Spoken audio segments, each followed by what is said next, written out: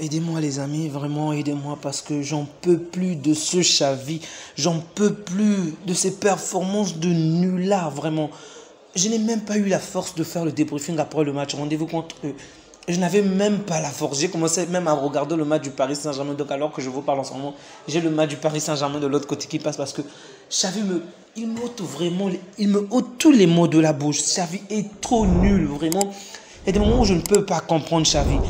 Avant que cette Ligue des Champions commence, il était le premier à dire qu'il ne fallait pas sous-estimer les gens, il fallait que se donner à fond, que c'est la Ligue des Champions, patati patata, et donc on n'était pas encore qualifié. Ok, si vous vous souvenez, je disais que c'était une manière de ne pas vouloir ridiculiser les adversaires, pour ne pas dire qu'on est le Barça comparé aux autres équipes. Ok, il y a peut-être le Porto qui rivalise peut-être un peu, mais dans l'ensemble, ce sont des petites équipes.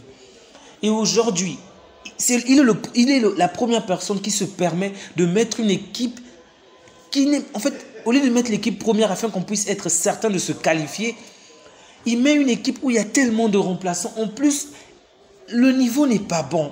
Et il n'ose même pas faire des changements à temps. Il attend constamment la fin du match pour pouvoir agir.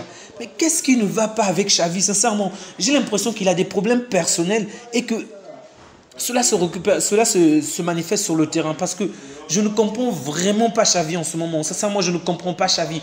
Un match contre Shakhtar, vraiment, précisons que, comme vous le savez si bien, le président ne pouvait pas se déplacer, il a des problèmes de santé. L'équipe adverse n'a pas joué à domicile. Donc c'est une équipe ukrainienne, donc avec la guerre en Ukraine, ils ne pouvaient pas jouer en Ukraine. Du coup, le match s'est passé en Allemagne. Ils ont passé plus de 10 heures de transport. Donc eux ici devaient être éclatés comme nous. Et lorsqu'on voit par exemple la foule dans les supporters, il n'y a pas moyen de dire que non, ils étaient chez eux, il y avait énormément de fans ou quoi. Non, non, non. Je crois même que nous étions peut-être en parité à égalité. Mais je n'arrive toujours pas à comprendre Xavi, sincèrement. Je ne peux pas comprendre Xavi. J'ai l'impression qu'il fait exprès pour attirer de l'attention. Mec, si tu as des soucis, parle au président, on va payer un psy pour toi parce que ce que tu fais, en fait, j'en peux plus, vraiment, je n'en peux plus de ce coach. Il commence vraiment à m'énerver. Là, lorsqu'on n'avait pas une équipe adéquate, je pouvais le comprendre. Mais aujourd'hui, on a des joueurs qu'il faut pour s'imposer aisément dans ce genre de match. Oh.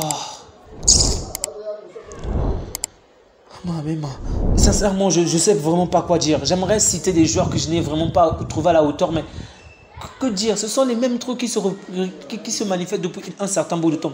Si vous suivez les matchs du Barça depuis le début de la saison, on sait tous que lorsque Torres est titulaire, il ne fait pas grand-chose. C'est lorsqu'il entre au milieu du match qu'il fait la différence. Ça, on le sait déjà. Pedri, je peux comprendre qu'il ne puisse pas juste, étant donné qu'il revient de la blessure, c'est encore assez récent, je peux comprendre. Mais le faire entrer également aussi tardivement, ça n'a vraiment aucun sens. Et d'ailleurs, on a vu la différence. Lorsque Pedri est rentré, lorsque Cancelo est rentré, lorsque, il s'appelle comment, Félix est rentré, la domination qu'on a eue, un vrai match avec les Lamines. Il nous met des faux joueurs comme ça. Roméo, combien de fois on va se plaindre qu'il n'a pas le niveau. Qu'il n'a pas le niveau. En championnat encore, ça peut se comprendre pour certains matchs. Mais la Ligue des Champions, il ne tient pas. Pourquoi ils s'entêtent, Xavi? Je ne comprends pas, Xavi. Sincèrement, je n'arrive pas à comprendre à quoi il pense. Vraiment, je n'arrive pas à comprendre. Tu n'as pas une équipe similaire à City. Tu es... Donc aujourd'hui, si Porto gagne, on va partager cette première place avec Porto. Et si Porto marque beaucoup plus de buts, Porto va récupérer la première place. C'est pas possible, Xavi. Alors que l'on devait s'imposer facilement pour être certain, non seulement de se qualifier, mais de prendre la première place. Est-ce que dans ce groupe-là, vraiment, prendre la première place est complexe? Vraiment, je ne comprends pas.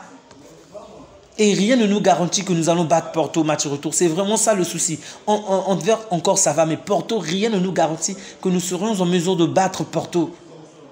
Oh, mais comme j'ai tellement aimé voir Pedri de retour, vraiment ça me fait plaisir. J'espère qu'il va jouer encore longtemps parce que Pedri m'a tellement manqué. Et là, on le voit sur le terrain. Je voulais juste demander à l'arbitre d'ajouter plus de temps de jeu, vraiment, juste pour le voir jouer. Quand on retire le score, mais juste pour qu'il puisse jouer. C'est un vrai bijou du Barça, ce gars. Bon, il y a eu 2 ou 3 petites actions où l'arbitre pouvait siffler, mais sincèrement, quand ce genre de petites équipes, il n'y a même pas à parler dessus. On n'a pas eu le niveau qu'il faut. Pas la peine de papoter sur un potentiel penalty qu'on n'a pas eu ou une potentielle faute dans la surface. Xavi est vraiment fautif. Les joueurs comme Torres n'ont pas été à la hauteur, Roméo n'ont pas été à la hauteur, Alonso également, mais je ne veux même pas m'acharner sur eux parce que j'ai l'impression que Xavi a un souci. vraiment un vrai souci. Et il fait en sorte que le Barça puisse couler avec lui. Bref, j'espère que vous allez bien. Prenez bien soin de vous ainsi que des autres, des vôtres. On continue cette soirée avec le Paris Saint-Germain. À bientôt.